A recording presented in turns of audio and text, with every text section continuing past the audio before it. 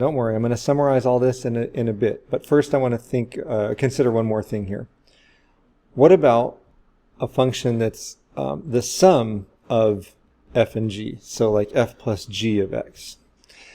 What we can do is we can consider the derivative with respect to x of the sum f of x plus g of x. And we're going to do so using the limit definition. We've got the limit as h approaches 0 of f plus g of x plus h minus f plus g of x divided by h. I swear this will all become better in just a few minutes. Now, according to the meaning of the sum of f and g, this becomes f of x plus h plus g of x plus h minus f of x minus g of x, we distribute the negative, divided by h. And that becomes then the limit as h approaches 0 of f of x plus h minus f of x plus g of x plus h minus g of x, all divided by h. And because we have a limit law that applies to sums, you can see that this is actually the derivative of f, so f prime of x, plus the derivative of g, and so g prime of x. In other words, if I have two functions that are added together, I can differentiate each individual function. And if one of these functions is a constant, then we know that that result would be 0. If one of these functions is, say, x squared, then we know the result is going to be 2x. I thought I was going to say more after that, and I didn't. So as I said, all this can be summed up, and I'm going to do that now.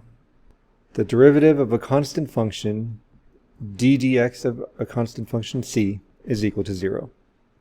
The derivative of a function that is f plus g or f minus g is the sum or difference, as appropriate, of their individual derivatives. So f prime plus g prime, or f prime minus g prime. One that we didn't see a minute ago is the constant multiple rule. And it says that if I have some constant times a function and I'm differentiating, then I can take the derivative of the function and then multiply by the constant. That's evidenced up here when I said we were going to worry about that m later. So what really happened was the derivative of b, this is for f of x equals mx plus b. The derivative of b is 0, so we didn't write that at all. The derivative of x to the first power is 1. And then that derivative is being multiplied by m, so the result turned out to be m. All right, let's keep going. The one with the exponent that we proved using the binomial theorem is actually called the power rule. You're going to hear those words so much throughout calculus. The power rule is used all over the place. The derivative with respect to x of x to the n, the exponent becomes a coefficient, and then we subtract 1 from the exponent. So the derivative of x to the n is n times x to the n minus 1. Now, what we did worked for whole numbers, but it actually applies when n is any real number. So any real number exponent follows this power rule.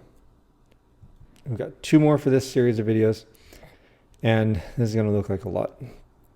We have one that's called the product rule, and it says that if I'm differentiating the product of two functions f and g, then the result is f g prime plus f prime g.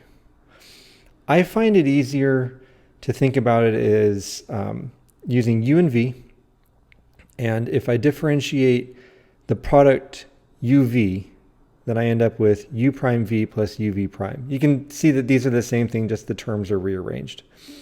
You're going to end up memorizing this one way or another, or you're going to need to. The next one is called the quotient rule, and it's even worse. The derivative of a quotient, f divided by g, is f prime g minus f g prime divided by g squared. And just as a memory tool, I use u over v.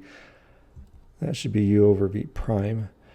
The derivative of u over v is equal to u prime v minus uv prime over v squared.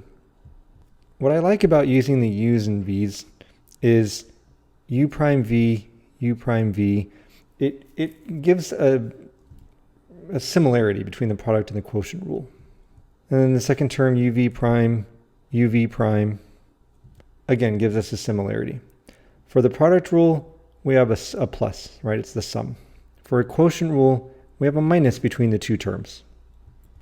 This similarity of u prime v and u prime v, this is why I don't use the fg prime plus f prime g that's given in a lot of textbooks.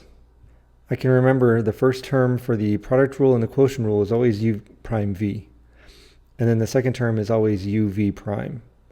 And then it's hopefully an easy connection to make that product is going to be associated with plus and that quotient is going to be associated with minus.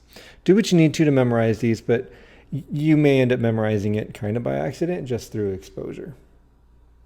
We'll prove the product and the quotient rules in a different video in this series.